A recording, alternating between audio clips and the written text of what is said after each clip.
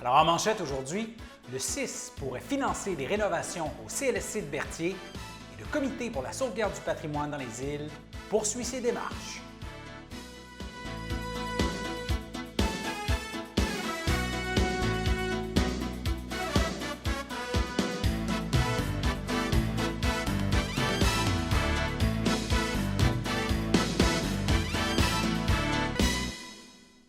Alors bonjour mesdames, messieurs, mon nom est François Robert et bienvenue à votre bulletin d'information régionale du jeudi 27 août.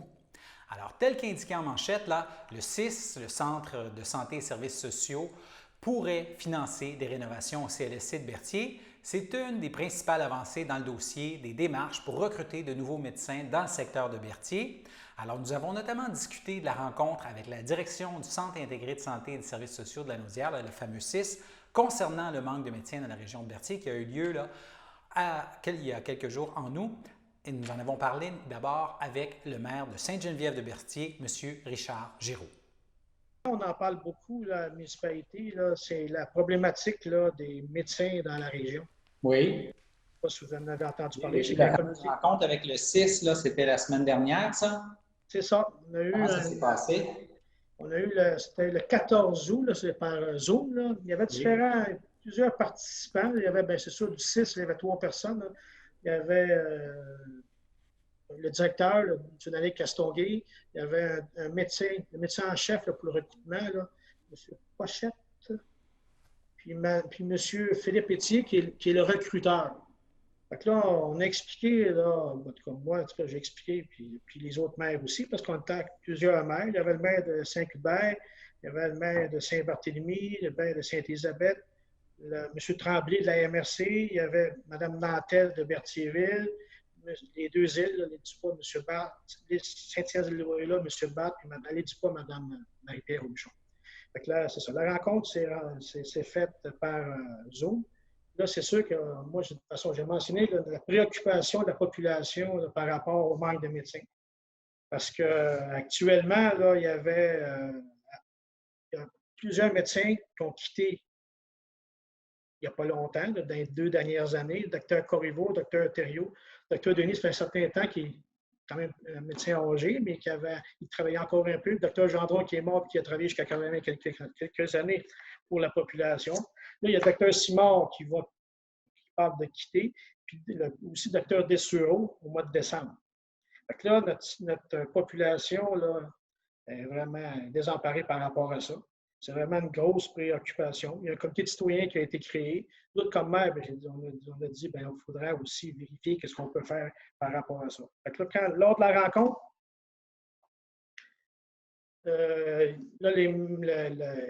M. Castonguay et M. Etier, surtout, ils ont dit là, le fonctionnement de tout ça, puis que c'est qu'ils font un peu comme la grande séduction, entre guillemets, là. Ils nous ont demandé de les aider par rapport à ça. Là, quand ils rencontrent les médecins, il dit il y a comme 2 choix, là, des cliniques médicales, les GMF, là, ou des CLSC. Là, ils mettent ça devant les médecins. Regardez, vous pouvez avoir ces 2 choses-là. Puis, moi, ce que je leur ai dit, c'est qu'ils parlent beaucoup peut-être de CLSC, mais j'ai dit, moi, ça fait des années que je suis dans la région. Avant d'être maire, j'étais ici aussi comme citoyen. Là. Puis les CLSC, là, on n'a jamais eu de médecin. Puis là, ils veulent peut-être passer ça par CLSC. Fait que là, je lui ai posé comme question, si, exemple, si le médecin serait intéressé de travailler dans le CLSC, allez-vous mettre nos équipements, là, la bâtisse, tout ça, up-to-date? Là, il m'a dit que oui, M. Daniel Castonguay. Fait que là, j'ai dit, c'est un engagement, M. Castonguay. Il m'a dit oui. Fait que là, c'est à suivre. Mais c'est sûr qu'encore là, moi, je trouve que la grande séduction, ça fait longtemps, moi, que je suis à MRC. Il y a eu, je ne sais pas combien de fois qu'il y a eu assez de grande séduction. Ça n'a jamais abouti à rien. Fait que je regarde ça encore avec un gros doute. Fait que c'est sûr qu'un jour ou l'autre, il va falloir peut-être qu'il va y avoir des actions politiques. Là. Parce que c'est sûr que puis ça, je ne blâme pas le gouvernement actuel, là, parce que ça fait des années et des années là, que ça existe, cette problématique-là. Puis là, j'ai dit, ben, il ne faudra pas non plus que. On a vu que c'était avec les CHRDL, avec les personnes âgées. Il ne faudra pas que ça se reproduise avec des personnes dans la population qui manquent de médecins. On dirait que de plus en plus, on s'en va vers la médecine à deux vitesses, là, le privé et le public. C'est encore assez déplorable par rapport à ça. C'est ça, j'ai exprimé mes doutes là, par rapport à ça. Parce que c'est sûr, comme on dit, la population, on a un peu le ras-le-bol. Comme exemple, ma conjointe est avec le docteur Corriveau. Elle a eu un cancer du sein. Puis là, à chaque année, elle doit passer des tests. Ça fait 2 ans qu'il n'y a personne qui peut lui donner le papier, parce que le docteur Corriveau avait dit, bien, regardez, à cause de ta situation, ça devrait être facile. Elle est sur la liste, ça fait 2 ans qu'elle est sur la liste. Mais comme je vous dis tantôt aussi, le docteur Dessereau, quand il va partir, là, il y avait une grosse clientèle, docteur Dessereau. Encore là, c'est un gros trou qu'il va avoir par rapport à le médecin, par rapport à la population. Il y a M. Lanois, puis moi, je suis un peu d'accord avec ça, qui a été dit, bien, regardez, y a-t-il une façon d'obliger les médecins à venir dans des régions? C'est sûr que là, c'est une question politique. Là, on est toujours avec l'histoire, est-ce qu'on brime la liberté des individus en obligeant des nouveaux médecins à aller en région? Moi, je me dis que, je ne sais pas si ma prémisse est exacte, mais ils disent que pour devenir médecin au Québec, ça coûte beaucoup moins cher qu'ailleurs à travers le monde. Fait que si, exemple, la population aide à ce qu'il y ait des médecins, bien, peut-être qu'on devrait avoir un petit peu de retour sur l'investissement, puis être obligé les médecins à aller en région, ça coûte des médecins. C'est sûr, comme je l'ai dit, la liberté des individus va peut-être on va dire que ça n'a pas d'allure parce que le monde doit travailler où ce qu'ils veulent. Mais quand on regarde d'autres corps, mon fils n'est pas ici. Puis quand il a fini quand il est rentré à l'SQ, l'SQ a dit, regardez, tu dois aller à tel endroit. Puis pourquoi, qu'exemple, un policier est obligé d'aller à un certain endroit? Est-ce qu'il n'est pas plus brimé dans sa liberté qu'un médecin qu'on dirait la même chose? C'est sûr que c'est un débat politique. C'est un débat là, que ça prend beaucoup de courage politique pour dire à des personnes, regardez, pendant un certain nombre d'années, vous devez aller à un certain endroit. Est-ce que c'est peut-être la seule solution qu'on devrait y aller? Peut-être que oui. C'est sûr, moi, c'est un débat qu'on devrait peut-être partir, là, savoir est-ce qu'on peut obliger des médecins pendant un certain nombre d'années d'aller dans certains endroits afin de régler un problème là, moi, que je crois qu'il ne pourra pas se régler d'une autre façon. C'est ça qu'on défaut de ça, si on reste dans le système actuel, ça prend des infrastructures modernes, comme vous l'avez souligné, pour être capable d'attirer des médecins ici. Il y a entre autres, je parlais dernièrement avec le président du comité de sauvegarde du monastère des Moniales à Berthier, et lui plaide notamment pour la conversion d'une partie du site en ressources intermédiaires et une partie du site peut-être avec une clinique médicale moderne, ce qui permettrait d'attirer des médecins dans la région. C'est sûr qu'il va falloir qu'il y ait de l'investissement, comme j'ai dit à M. Castonguay. Le TLSC, c'est sûr qu'avec la bâtisse comment elle est actuellement, à mon avis, elle ne respectera pas les exigences, en guillemets, là, des médecins, des nouveaux médecins, parce que les nouveaux médecins, là, ils veulent, il y a beaucoup de demandes partout au Québec, dans les régions surtout, là. C'est sûr que pour venir en région, peut-être que leurs exigences sont encore peut-être plus élevées que s'ils vont aller dans des grands centres. C'est sûr que, comme on dit, M. Benimeur, le conseiller à Saint-Hubert, il dit on n'attire pas les mouches avec du vinaigre. C'est vrai aussi. C'est sûr que ça va prendre des moyens attractifs là, pour que les médecins viennent chez nous. Puis je vous dis, malgré ça, j'ai quasiment encore des doutes. Parce que, comme je vous dis, les médecins, les jeunes médecins, ils s'en vont dans les grands centres ou ils s'en vont dans des villes très intéressantes, malgré le fait que chez nous, je trouve que moi, je suis né à Berthier, puis je demeure encore à Berthier, puis je ne changerai pas de place ailleurs. C'est sûr qu'il faut quand même essayer de les attirer. Là. Comme je vous dis, le point où on est rendu, c'est faire la grande séduction pour essayer d'attirer des médecins. M. Castonguay nous a dit qu'ils ont réussi, M. Etier a dit qu'ils ont réussi à l'attirer à Saint-Calixte, même qu'on construit un nouveau CLSC. Parce que pour accueillir ces nouveaux médecins-là, mais j'espère en tout cas que je lui ai dit que si, exemple, vous êtes capable d'attirer des personnes, des médecins dans la région de Berthier, bien, qu'on aura les investissements nécessaires pour pouvoir les attirer et les garder. C'est un dossier qui est vraiment, que je trouve vraiment important dans la région parce que notre population devient de plus en plus vieillissante.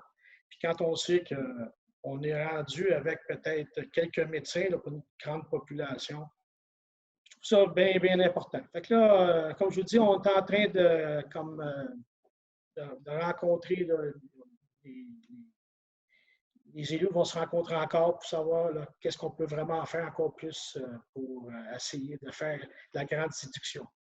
On est rendu comme dans quasiment le film qu'on a vu à la télévision, La Grande Séduction. C'est pas drôle quand on sait qu'on est à prendre une demi-heure de Montréal, puis qu'on est près de Trois-Rivières, sur un axe sur l'autoroute 40, avec tout ce qu'on a comme lieu intéressant, là, le fleuve, les lacs, toutes ces choses-là, puis qu'on n'est pas capable d'attirer des médecins, c'est quand même assez paniquant. Donc, ça montre entre autres justement qu'on n'a pas les infrastructures pour. C'est sûr. Puis même, comme je vous dis, c'est sûr que je ne sais pas s'il veut que je vous dise à vous, là, mais M. Daniel Castonguay, ils m'ont dit que s'il y a des investissements à faire pour améliorer notre CLSC, pour attirer des nouveaux médecins, qu'ils vont le faire. Fait que là, je me croise les doigts si ça va se faire dans un avenir assez rapproché. Mais il dit, c'est sûr, puis il comprend un peu qu'on ne fera pas tout de suite les réparations dans notre CLSC si on n'a pas l'assurance que de nouveaux médecins viennent dans la région. Bon, bien, dossier à suivre. Dossier à suivre. Nous avons aussi voulu obtenir un autre point de vue de maire de la région ayant participé à cette rencontre. Alors voici ce que le maire de Sainte-Élisabeth, Louis Bérard, retient de la rencontre. On est en train de faire des démarches avec le CIS pour essayer de trouver des nouveaux médecins. OK? La difficulté présentement, c'est la situation au niveau de Berthierville. Est-ce qu'à ce moment-là, ça nous prend vraiment un nouveau CLSC à Berthier pour inviter les médecins à en faire partie, pour attirer de nouveaux médecins à en faire partie? Sauf qu'en vous et moi, question de délai pour avoir une nouvelle bâtisse, vous savez très bien que quand on commence à faire ces démarches-là au niveau municipal, les délais sont de 1 à 2 ans faciles, au minimum, et plus les besoins financiers. OK? Et en même temps aussi, il faut convaincre le gouvernement de le faire. En attendant, il y aura peut-être une solution à court terme avec la situation à Joliette. Mais là, présentement, Mme Nantel a été déléguée, la mairesse de Berthierville, Mme Nantel, Suzanne Nantel, a été déléguée par le groupe pour aller discuter davantage avec le CIS pour savoir, là, ça ne pourra pas prendre, en attendant, un emplacement vers Joliette qui pourrait compenser le temps de trouver une nouvelle solution là, pour le nouveau CLSC de Berthier. Selon ce que moi j'ai entendu, il y a des maires parmi le groupe qui auraient réclamé que le CIS, le centre de santé, s'engage à rénover le CLSC existant à Berthier si des médecins s'engageaient à venir y pratiquer. C'est une possibilité. Là encore, là, ça dépend des coûts de rénovation. Est-ce qu'on va rénover l'ancien? Est-ce qu'on va en faire une nouvelle bâtisse? Tout est sur le plancher là, en étude présentement. Mais est-ce que c'est vrai que la direction du CIS se serait engagée à dire si effectivement il y a des médecins qui s'engagent à venir travailler ici, on va mettre l'argent, on va le rénover, le CLSC, ou on va en construire un au besoin, mais on est conscient que le CLSC actuellement, là, il est vraiment vétuste. Oui, il en est très conscient. Il est prêt à aller de l'avant là-dessus. Mais comme je vous disais juste auparavant tantôt, encore là, c'est une question de délai, mais les délais pour réaliser ça sont longs. Donc, il faut essayer de trouver en attendant là, une solution à court terme. C'est ça que Mme Nantel a été déléguée pour aller jaser, là, pour essayer de trouver une solution à Joliette là, en attendant. Et du côté du service des communications du Centre de santé et services sociaux de la Naudière, on nous a confirmé par courriel que lors de la rencontre regroupant des élus et des personnes impliquées dans le recrutement de médecins pour le secteur de Berthier et la direction générale du CIS, il a effectivement été mentionné que selon les besoins ou les intentions de pratique des médecins qui pourraient être intéressés à venir pratiquer dans la région, Des aménagements pourraient être faits au besoin au CLSC de Berthier. Le tout sera évalué en fonction du lieu de pratique en temps et lieu. Fin de la citation. Le samedi matin, dès 9h30, nos téléspectateurs sont invités au Super Bingo télévisé diffusé de nos studios de Berthierville. Depuis maintenant une vingtaine d'années, plusieurs adeptes de la télévision régionale se sont partagés un montant de 600 $ disponible chaque semaine lors de cette joute de bingo télévisé. Un animateur et 3 bénévoles se succèdent à la caméra dans le but de vous faire passer une petite heure agréable et payante le samedi matin. On peut se procurer les cartes de jeu chez les dépositaires autorisés participants, c'est-à-dire à Berthierville, le dépanneur Formule 1 rue Gilles Villeneuve, le marché IGA Extra sur la rue Gabrielle Brissette, le marché Métro rue Notre-Dame, la pharmacie Proxime rue Frontenac, le garage Pétroté sur la rue Gilles Villeneuve et à Saint-Ignace de Loyola, le marché Aldo rang Saint-Michel, le dépanneur Le Magasin Esso sur le chemin de la Traverse. C'est un rendez-vous tous les samedis matins à 9h30 sur les ondes de CTRB, votre télévision régionale et communautaire.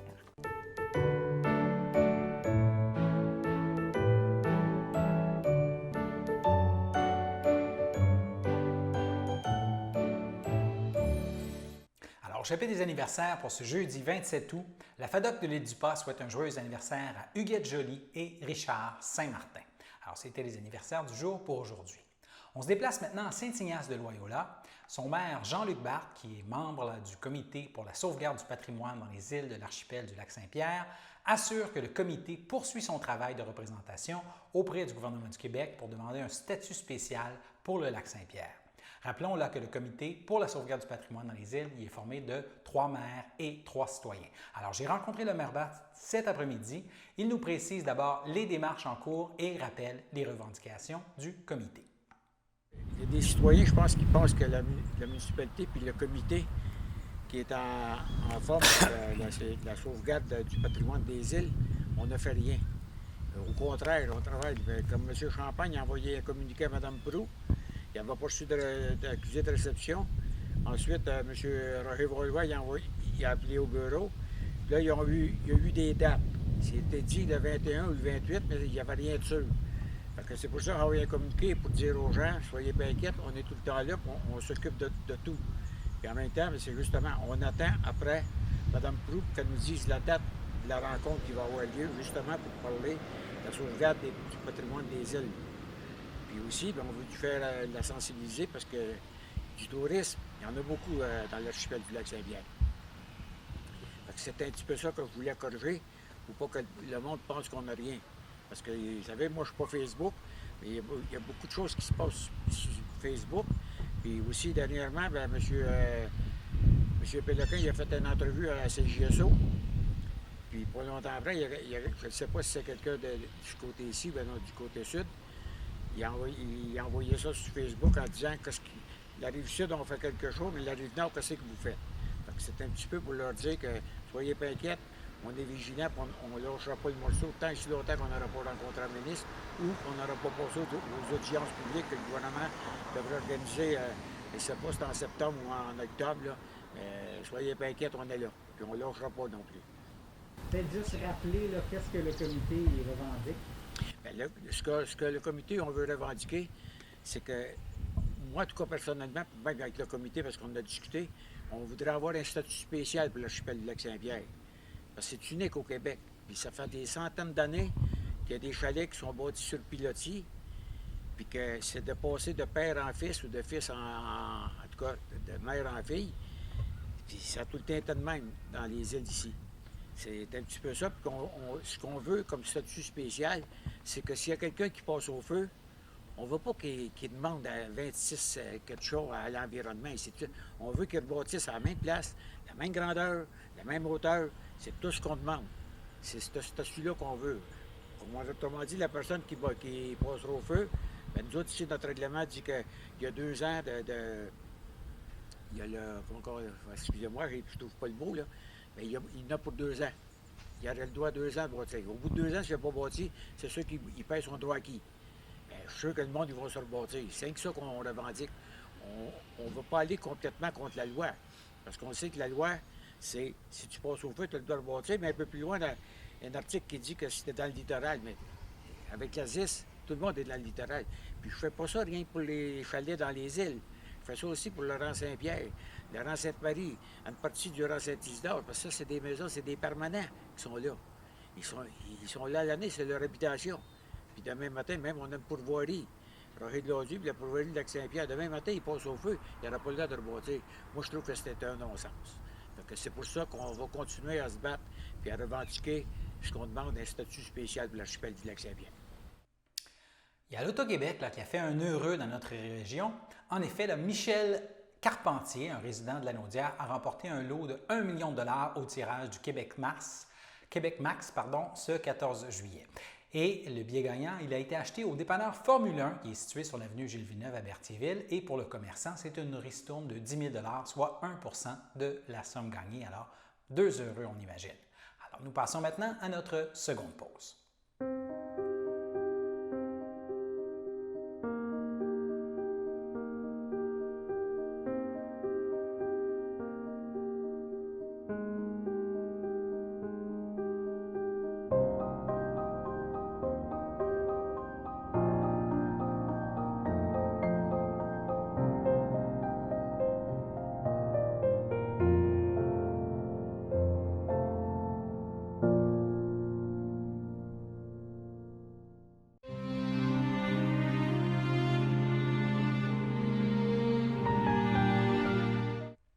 Joliette, le 1er août, à l'âge de 94 ans, est décédée Mme Georgette Lavallée. Elle était l'épouse de feu Roland Clément de Saint-Cuthbert. Elle laisse dans le deuil ses filles France Clément, Claire Clément, Muriel Clément et son conjoint Jocelyn Lambert, de même que ses petits-enfants Benjamin, Olivier, Natacha, Violaine, Maude et Mallory, ainsi que de nombreux arrière-petits-enfants, plusieurs neveux, nièces et autres parents et amis.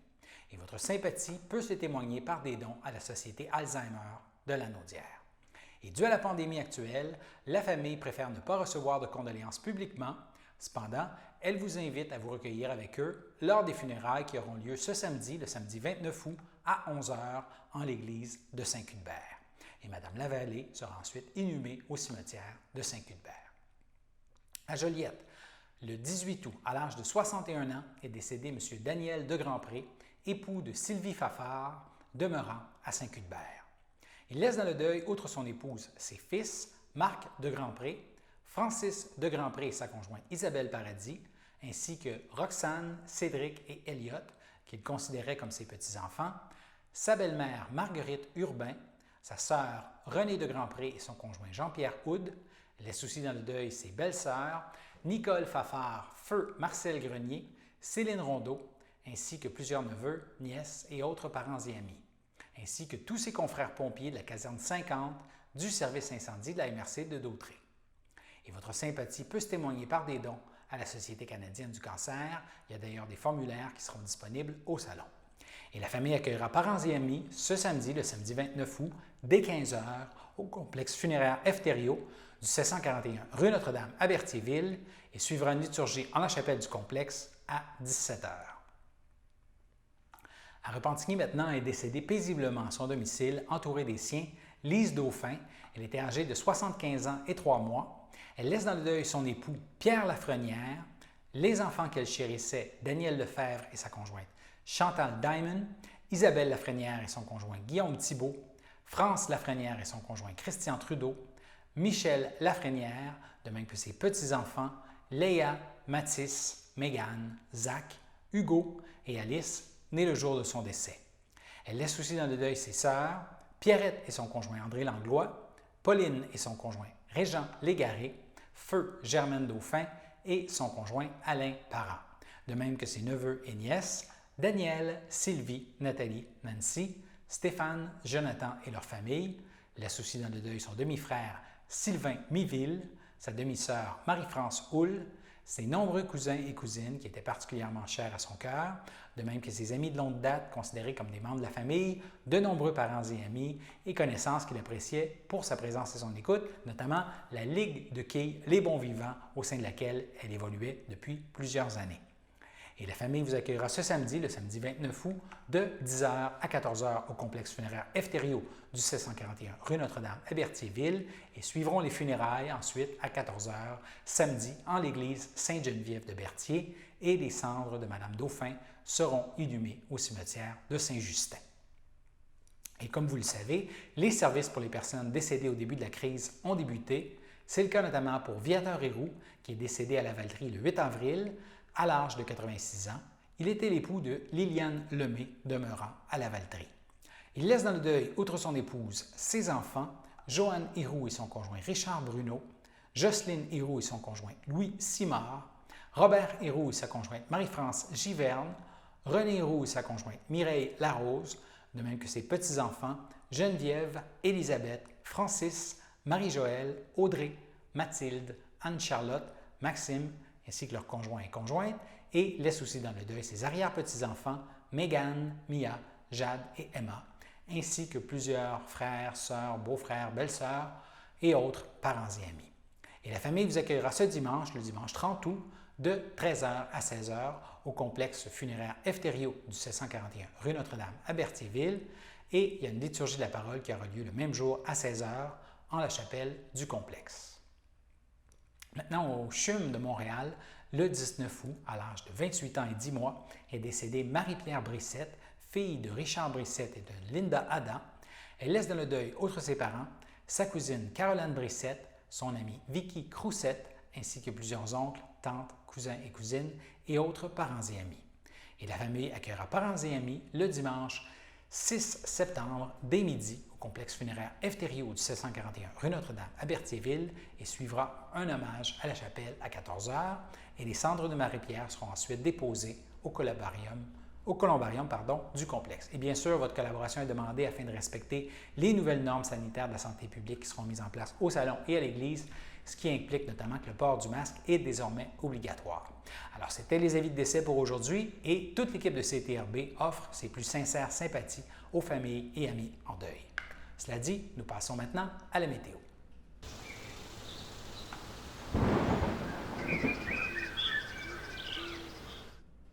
Alors, jeudi soir, le ciel sera généralement dégagé avec une température de 16 degrés. Dans la nuit de mercredi à jeudi, le ciel sera variable avec 13 degrés Celsius. Et vendredi matin, nuageux avec des éclaircies à une température de 14 degrés. En après-midi, vendredi, le ciel sera variable avec un mercure de 23 degrés. Et en soirée vendredi, le ciel demeurera variable et la température descendra autour de 18 degrés.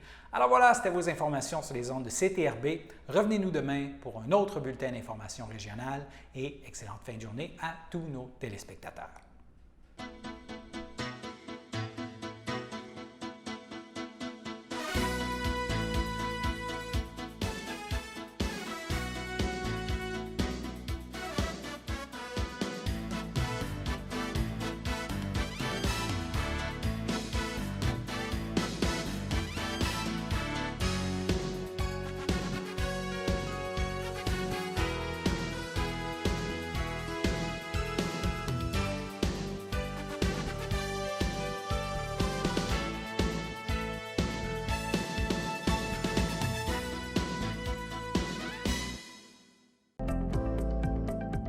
Les télévisions communautaires autonomes du Québec, ce sont les télévisions les plus importantes parce qu'elles sont proches de la communauté.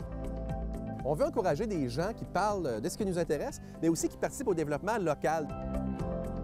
Mais c'est fini le temps là, où on allait lire une affaire qui a été écrite avant hier au bout du monde.